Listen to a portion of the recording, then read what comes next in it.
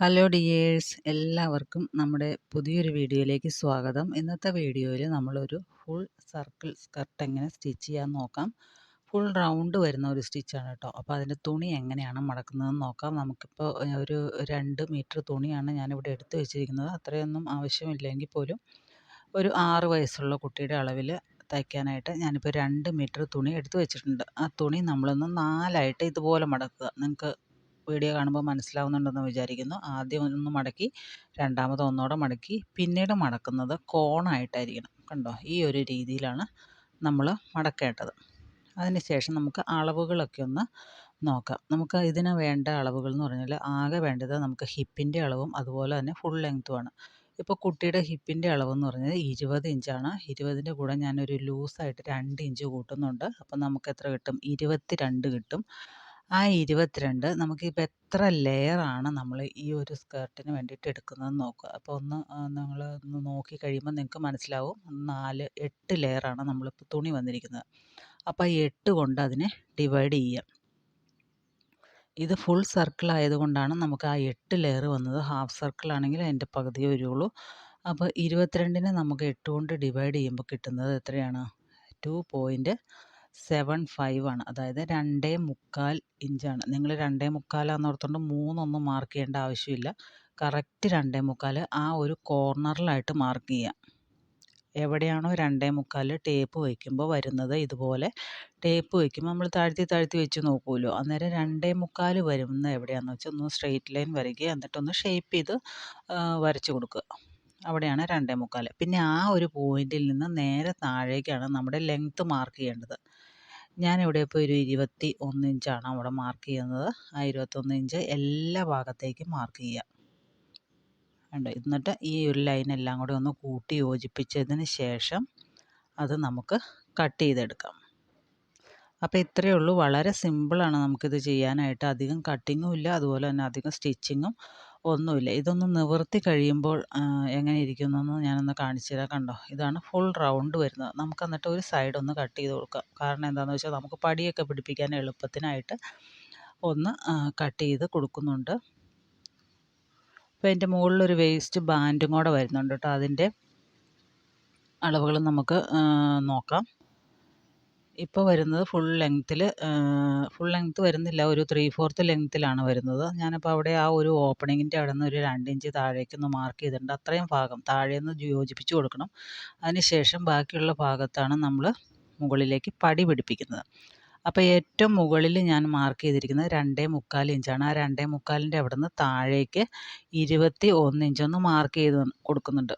നിങ്ങളതിൽ എഴുതി വെച്ചേക്കണതൊന്നും ശ്രദ്ധിക്കണ്ട, കാരണം ആദ്യം കാൽക്കുലേറ്റ് ചെയ്തതൊക്കെയാണ് എഴുതി വെച്ചേക്കുന്നത്.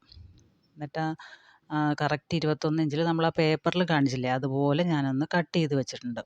ഇപ്പോൾ അതൊരു ഫുൾ റൗണ്ടായിട്ട് വന്നിട്ടുണ്ട് ആ ഒരു സ്കേർട്ട് നമ്മൾ കട്ട് ചെയ്ത് വെച്ചിരിക്കുന്നത്. അപ്പോൾ ഇങ്ങനെ നമുക്ക് തയ്ക്കുമ്പോൾ തുണി നമുക്ക് കൂടുതൽ വേണം കേട്ടോ. ഞാനിപ്പോൾ ഒരു 2 മീറ്ററോളം തുണി എടുത്ത് വെച്ചിട്ടുണ്ട്. ഇപ്പോൾ ഞാൻ പാവാടയുടെ ഒരു ലുക്ക് എങ്ങനെയാണെന്നുള്ളത് കാണിച്ചു തരാം. അത് ഇങ്ങനെയാണ് ഇരിക്കുന്നത്. ഞാനവിടെ കുറച്ചാണ് കട്ട് ചെയ്തിട്ടുള്ളൂ. പിന്നീട് താഴേക്ക് നീളത്തിൽ കട്ട് ചെയ്തിട്ടുണ്ട് കേട്ടോ. ഇങ്ങനെ റൗണ്ട് വരും, ഫുൾ റൗണ്ട് വരും ആ സ്കർട്ട്. ഇനി നമുക്കൊന്ന് സ്റ്റിച്ച് ചെയ്യണം എങ്ങനെയാണെന്ന് നോക്കാം.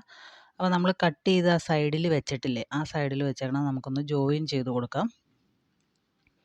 നമ്മൾ ആ മുകളിൽ നിന്നൊരു 2 ഇഞ്ച് താഴേക്കൊന്ന് മാർക്ക് ചെയ്തിട്ടുണ്ട്. അവിടെ വരെ നമുക്ക് സ്റ്റിച്ച് ചെയ്ത് കൊടുക്കാം. ഒരു 1/2 ഇഞ്ച് തയ്യൽ തുമ്പിട്ടതിന് ശേഷം സ്റ്റിച്ച് ചെയ്ത് കൊടുക്കാം. നമുക്ക് സ്കർട്ട് ഇടുന്നതിന് എളുപ്പത്തിന് വേണ്ടിയിട്ടാട്ടോ. നമ്മൾ തലക്കോടെയാണല്ലോ ഇത് ഇടുന്നത്. അപ്പോൾ എളുപ്പത്തിന് വേണ്ടിയിട്ട് കുറച്ചൊരു ഗ്യാപ്പ് ഇടണമെന്നുള്ളൂ. അതിന് ശേഷം നമുക്ക് ആ ഒരു ഗ്യാപ്പ് ഇട്ടേക്കണമല്ലേ 2 ഇഞ്ച്, ആ ഗ്യാപ്പ് ഇട്ടേക്കണം ഒന്ന് സ്ലിറ്റ് നമ്മൾ അടിക്കില്ലേ ചുരിദാറിൻ്റെയൊക്കെ, അതുപോലെ ഒന്ന് സ്റ്റിച്ച് ചെയ്ത് കൊടുക്കാം. അപ്പോൾ അതും നമ്മൾ സ്റ്റിച്ച് ചെയ്തെടുത്തിട്ടുണ്ട്. ഇനി നമുക്ക് വേണ്ടത് പടിയാണ്. ഇതിൽ പടി പിടിപ്പിക്കേണ്ടത് നമ്മൾ ചീത്ത വശത്ത് വെച്ചിട്ട് നല്ല വശത്തേക്കാണ് പടി പിടിപ്പിക്കേണ്ടത്.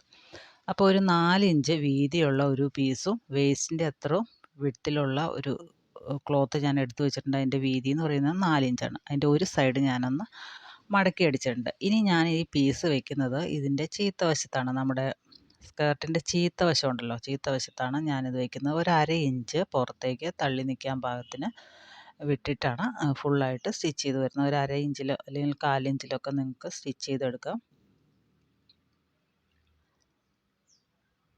ഫുള്ളായിട്ട് സ്റ്റിച്ച് ചെയ്ത് പോരുക നമ്മൾ. ഇപ്പോൾ ഒരു 1/2 ഇഞ്ച് വിട്ട് നിങ്ങൾ സ്റ്റിച്ച് ചെയ്ത് പോരുക, കുഴപ്പമില്ല. നമുക്ക് അത്യാവശ്യം ഇറക്കമൊക്കെ ഉണ്ട്. അങ്ങനെ 1/2 ഇഞ്ച് വെച്ചിട്ട് ഞാനിവിടെ ഫുള്ളായിട്ട് സ്റ്റിച്ച് ചെയ്ത് പോയിട്ടുണ്ട്. ഏറ്റവും ലാസ്റ്റ് എത്തുമ്പോൾ ബാക്കിയുള്ളതൊന്ന് മടക്കി വെക്കുന്നുണ്ട്. ഒരുപാടൊന്നും ബാക്കി കാണരുത്, ഒരു ഇഞ്ചിൽ കൂടുതലൊന്നും ബാക്കി കാണരുത്. അപ്പോൾ അതൊന്ന് മടക്കി വെച്ചതിന് ശേഷം സ്റ്റിച്ച് ചെയ്ത് കൊടുക്കുക. ഇനി വേണ്ടത്, നമ്മളിപ്പോൾ ആ 1/4 ഇഞ്ച് മടക്കിയ ആ ഒരു ഭാഗമാണ് ഞാൻ ഈ ഫ്രണ്ട് വശത്തേക്ക് ഇപ്പോൾ മടക്കി വെക്കുന്നത്. മടക്കി വെച്ചിട്ട് പതിച്ചങ്ങ് അടിച്ചു കൊടുക്കുക. അപ്പോൾ അങ്ങനെ വരുമ്പോൾ നമുക്ക് എളുപ്പമാണ്, പെട്ടെന്ന് തന്നെ സ്റ്റിച്ച് ചെയ്തെടുക്കാനായിട്ട് സാധിക്കും. അല്ലെങ്കിൽ പിന്നെ 1/4 ഇഞ്ച് ഉള്ളിലേക്കൊക്കെ മടക്കി വെച്ചിട്ട് ഒക്കെ വരുമ്പോഴേക്കും ചിലപ്പോൾ ഒരു ചുളിവും കാര്യങ്ങളൊക്കെ വരും. ഇതാവുമ്പോൾ പിന്നെ അങ്ങനെയൊന്നും വരില്ല. അപ്പോൾ ബിഗിനേഴ്സൊക്കെ ആകുമ്പോൾ ഇങ്ങനെ തന്നെ ചെയ്തോളുക കേട്ടോ. അപ്പോൾ നമ്മുടെ ആ അരവണ്ണം എന്ന് പറയുമ്പോൾ ഇപ്പോൾ 11 ഇഞ്ച് വന്നിട്ടുണ്ട്. നമ്മൾ ടേപ്പിൽ അളന്ന് നോക്കുമ്പോൾ അരവണ്ണം പാവാടയുടെ 11 ഇഞ്ച് വന്നിട്ടുണ്ട്. നമുക്ക് അത്രയാണ് വേണ്ടത്. അതായത് 20 ഇഞ്ച് ടേപ്പ് ചുറ്റിപ്പിടിച്ച് വണ്ണം നോക്കുമ്പോൾ 20 ഇഞ്ചാണ് കിട്ടുന്നതെങ്കിൽ അതിൻ്റെ കൂടെ 2 ഇഞ്ച് ലൂസ് കൂട്ടുക. 22 ഇഞ്ച്, അതിൻ്റെ പകുതി 11 ഇഞ്ച്. ആ 11 ഇഞ്ചിന് നമുക്കവിടെ സ്റ്റിച്ച് ചെയ്ത് കഴിഞ്ഞപ്പോൾ കിട്ടിയിട്ടുണ്ട്. ഇനി വേണ്ടത് ഇതിൻ്റെ താഴ്ഭാഗം മടക്കിയടിക്കുകയാണ്. താഴ്ഭാഗം അംബ്രല്ലയൊക്കെ ആകുമ്പോൾ ഫുൾ സർക്കിൾ ആകുമ്പോൾ ഒരിക്കലും നിങ്ങൾ 2 പ്രാവശ്യം ഒറ്റയടിക്ക് മടക്കി അടിക്കരുത്. ആദ്യം ഒന്ന് മടക്കി അടിക്കുക, അതിന് ശേഷം ഒന്നുകൂടെ മടക്കി അടിക്കുക. 2 പ്രാവശ്യം മടക്കി അടിച്ച് കഴിയുമ്പോഴാണ് അത് കറക്റ്റായിട്ട് ഫിനിഷിങ്ങിൽ കിട്ടുകയുള്ളൂ.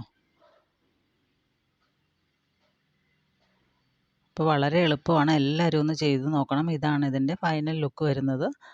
നല്ല ഭംഗിയുള്ളൊരു പാവാടയാണ് കേട്ടോ. വീഡിയോ ഇഷ്ടപ്പെട്ടാൽ എല്ലാവരും നമ്മുടെ ചാനലൊന്ന് സബ്സ്ക്രൈബ് ചെയ്യുക. Thanks for watching.